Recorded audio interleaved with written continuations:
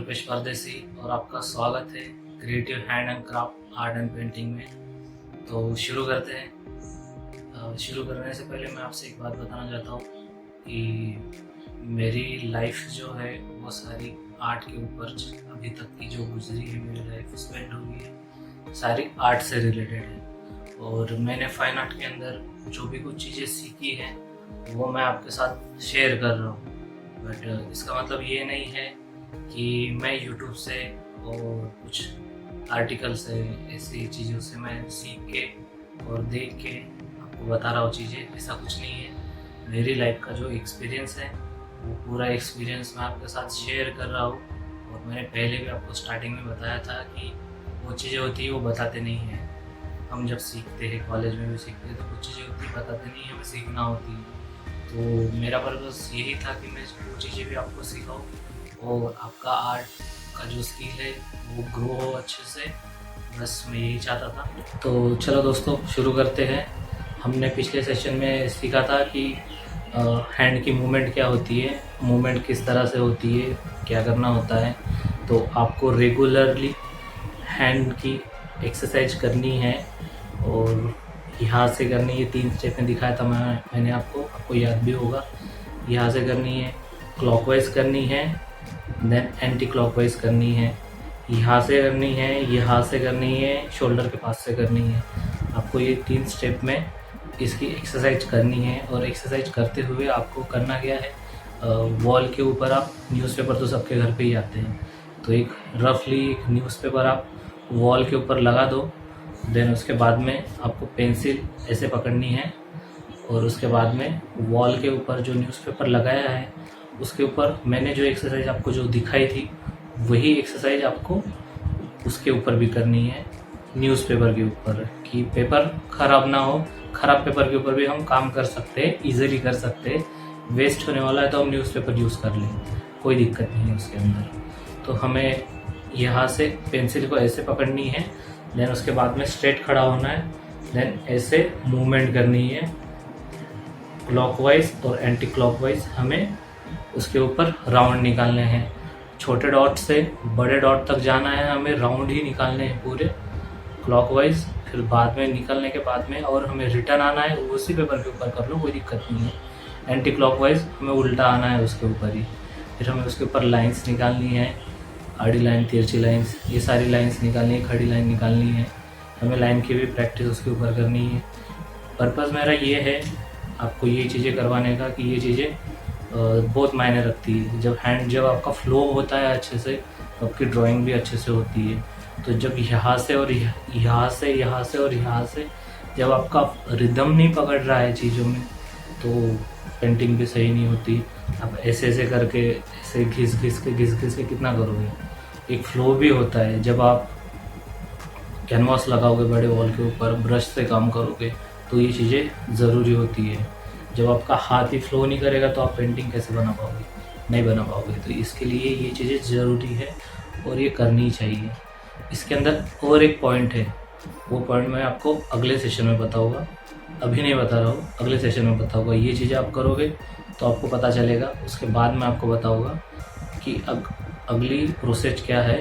और आपने जब ये प्रैक्टिस की है तो उसके अंदर कौन सी चीज़ आपने ऑब्ज़र्व नहीं की है, वो चीज़ ऑब्ज़र्व अगर आपने कर ली है तो मुझे कमेंट बॉक्स में मैसेज करके बताओ। अगर वो सही होगी तो मैं उसका आपको हाँ बोलूँगा, और नहीं होगी तो नहीं बोल दूँगा। तो आप मुझे कमेंट बॉक्स में भी बता सकते हो। और दोस्तों, जब आप खड़े हो रहे हो तब आपके पैरों के बीच का डिस्टेंस इतना होना चाहिए, आपको सीधे खड़ा होना है। दीवार के सामने आपका हाथ पेपर के ऊपर इतना जाएगा, इस तरह से, और आप ऐसे राउंड निकालोगे, इस तरह से राउंड निकालोगे। इतना आपको खड़ा रहना है वहाँ पे, बैठ के नहीं करना है, खड़ा होके करना है ये चीज़ों को आपको। ये चीज़ याद रखना आप दोस्तों। एक चीज़ याद रखना, जब आप ये काम कर रहे हो तो आपको लगेगा कि बोर हो रहा हूँ मैं, बट ये चीज़ें ज़रूरी है। बोर हो रहे हो, होने दो, कोई दिक्कत नहीं है, बट करते रहो। आपका काम है करते रहना, बस करते रहना। वो प्रोसेस को अच्छे से फॉलो करो, आपको रिज़ल्ट 100% मिलेगा। तो ये चीज़ें करने के बाद में हम बढ़ते हैं हमारे अगले स्टेप के ऊपर। मैंने जब पिछले वीडियो में बताया था आपको कि लाइन का जो फ्लो होता है उसकी टेक्निक कैसे होती है, वो चीज़ें मैं भी आपको बताता हूँ। तो चलते हैं हमारे आर्ट बोर्ड की तरफ।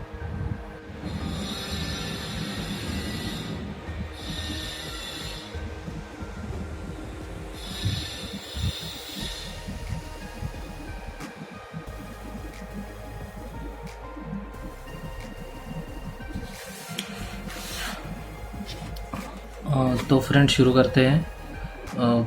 ये जो स्केचेस है मैंने फ्री टाइम में किए थे चारकोल पेंसिल से, जो कि ये है। आपको पिछले वीडियो में भी मैंने दिखाया था कि चारकोल पेंसिल से मैं काम करता हूँ। तो ये वो पेंसिल है। फ्री टाइम में मैंने कुछ ऐसे ही प्रैक्टिस के लिए रैंडम से स्केचिंग की थी। तो चलते हैं टॉपिक के ऊपर। जो लाइन का जो फ्लो होता है हमारा, नॉर्मल से हम लाइंस स्टार्टिंग में इस तरह से करते हैं, ऐसे। तो इस तरह से लाइन का जो फ्लो होता है हमारा वो नहीं आता। जब हमारा हैंड की जो ग्रिप होती है वो नहीं मिल पाती, तो हम लाइंस इस तरह से ऐसे घिस के लगाते हैं हम, ऐसे। अगर कोई चेहरा बनाना हो हमें तो ऐसे करके हम लाइंस बनाते हैं, फिर उसको डार्क करते जाते हैं, फिर इरेजर यूज़ करके बाकी लाइंस को मिटाते हैं हम। तो इस तरह से जब हम करते हैं तो वो चीज़ गलत होती है। जब आपका फ्लो अच्छे से हो जाएगा तो ये चीज़ों की दिक्कत नहीं आएगी आपको, और आपकी पेंटिंग भी देखने में अच्छी लगेगी। ये जो फ्लो होता है ये फ्लो आपको आना चाहिए, जो फ्री हैंड से होता है। ये फ्री हैंड आपका तब भी होगा जब आप, मैंने जो चीज़ें आपको बताई उसकी आप प्रैक्टिस करोगे, तब ये चीज़ आपको ऑटोमेटिकली आने लग जाएगी। कोई दिक्कत नहीं होगी आपको स्केचिंग करने में। तो सबसे पहले जब हम लाइन का जो प्रेशर होता है तो वो प्रेशर हम इस तरह से लाइन खींचते हैं। तो हमारा जो लाइन यहाँ से यहाँ तक की खींची है तो उसके अंदर का प्रेशर कितना है, यहाँ का प्रेशर और यहाँ का प्रेशर कितना है, वो हमें पता होना चाहिए। आपको दिखाई दे रही है लाइन, ये लाइन खींची है तो इसका प्रेशर कितना है, हल्की है ये लाइन के ऊपर मैं प्रेशर अच्छे से डाल रहा हूँ। तो इसका प्रेशर यहाँ से लेके यहाँ तक अच्छा है, और यहाँ पे जब मैंने छोड़ा है तो थोड़ा ज़्यादा प्रेशर लगने की वजह से यहाँ पे हल्का सा डॉट आया है। तो जब हम स्टार्ट करते हैं तब एक डॉट आता है, जब एंड करते हैं तब एक डॉट आता है। तो ये चीज़ नहीं होनी चाहिए। यहाँ से लेके यहाँ तक का जो प्रेशर होता है वो इक्वली होना चाहिए, तब जाके आपकी ग्रिप आएगी अच्छे से। और उसके बाद में जब हम लाइन जब खींचते हैं तो खींचने के टाइम पे इस तरह से प्रेशर जो होता है बढ़ता है और घटता है लाइन के कट के हिसाब से। कोई एक ऑब्जेक्ट अगर होता है तो उसके लाइन के पास अगर रिफ्लेक्शन आता है तो वहाँ पे थोड़ा सा कट होगा और देन लाइन स्टार्ट हो जाएगी। कहाँ पे कट होगी, कहाँ पे स्टार्ट होगी, तो ये सारी चीज़ें होती है वो आपको ऑब्जर्व करनी है और देखनी है। तो जैसे मैंने अभी चारकोल पेंसिल ली है, मैं इसका आपको थोड़ा सा कुछ दिखाता हूँ। ये लाइन मैंने यहाँ से खींच ली इतनी, तो मेरे हैंड की मूवमेंट का जो प्रेशर है वो यहाँ पे ज़्यादा हुआ, यहाँ पे इतना नहीं है। यहाँ पे थोड़ा कम है, यहाँ पे डार्क है, यहाँ से स्टार्ट होकर यहाँ तक गई है। तो यहाँ पे प्रेशर ज़्यादा है और यहाँ पे कम है मेरा पेंसिल का जो प्रेशर है। और पकड़ने की जो टेक्निक होती है वो इक्वली अगर पकड़ के हम लाइंस खींचेंगे तो लाइन सही आएगी इस तरह से। तो ये चीज़ें होती है, ये हमें प्रैक्टिस करके सीखनी है। उसके बाद में लाइन का जो प्रेशर होता है वो कम ज़्यादा करने की प्रैक्टिस भी हमें करनी है कि लाइन का प्रेशर कहाँ पे कम होता है, कहाँ पे ज़्यादा होता है। वो चीज़ें हमें ऑब्जेक्ट के ऊपर ऑब्जर्व करनी है और देखनी है कि प्रेशर कहाँ पे कम है, प्रेशर कहाँ पे ज़्यादा है, कौन सी लाइन का प्रेशर कहाँ पे कम होता है और ज़्यादा कहाँ पे होता है। और ऑब्जेक्ट के ऊपर आपको अगर चेक करना है कि प्रेशर कहाँ पे कम है और कहाँ पे ज़्यादा है, ये चीज़ें आपको अगर पता नहीं चल रही होगी तो वो चीज़ मैं आपको अगले वीडियो में बताऊँगा। तो पहले आप ये चीज़ें करने की प्रैक्टिस कीजिए। इस तरह से लाइंस खींचनी है आपको।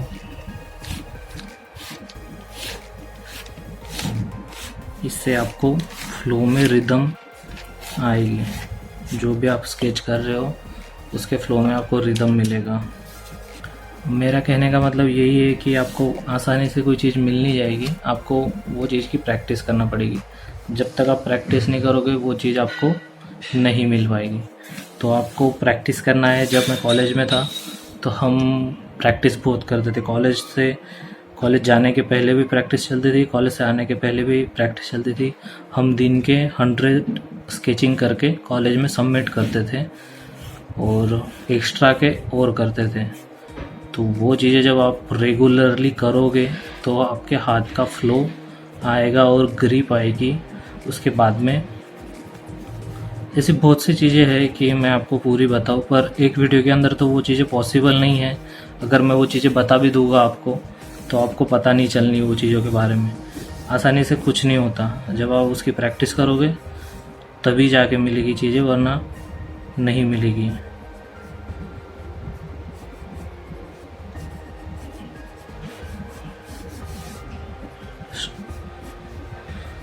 चेहरे का स्ट्रक्चर, उसकी एनाटॉमी कैसी होती है, वो चीज़ें भी मैं आपको सिखाऊंगा जल्द से जल्द। वीडियो के अंदर सारी चीज़ें मैं आपको दिखाने की कोशिश करूँगा। तो आप स्केचिंग कीजिए, प्रैक्टिस कीजिए और चीज़ों को ऑब्ज़र्व कीजिए कि चीज़ें है कैसी, उनका फ्लो होता है। वो चीज़ों की प्रैक्टिस करो तब आपको सारी चीज़ें पता चलेगी। मैंने आपको प्रेशर के बारे में बताया, मैंने ज़्यादा डिटेल में नहीं गया।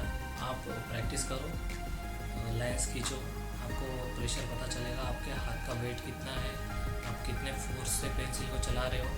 वो चीज़ें आपको ऑब्जर्व करोगे तो आपको पता चल जाएगी कि करना क्या होता है पेंसिल की। इसमें बेसिक होता है, इतना कुछ रॉकेट साइंस नहीं है। तो आप सीख जाओगे ये चीज़ें। जैसे कि मिलते हैं अगले सेशन में, तो मेरे चैनल को लाइक करो, सब्सक्राइब करो। आपका प्यार इस तरह से बनाए रखो। Thank you, bye bye.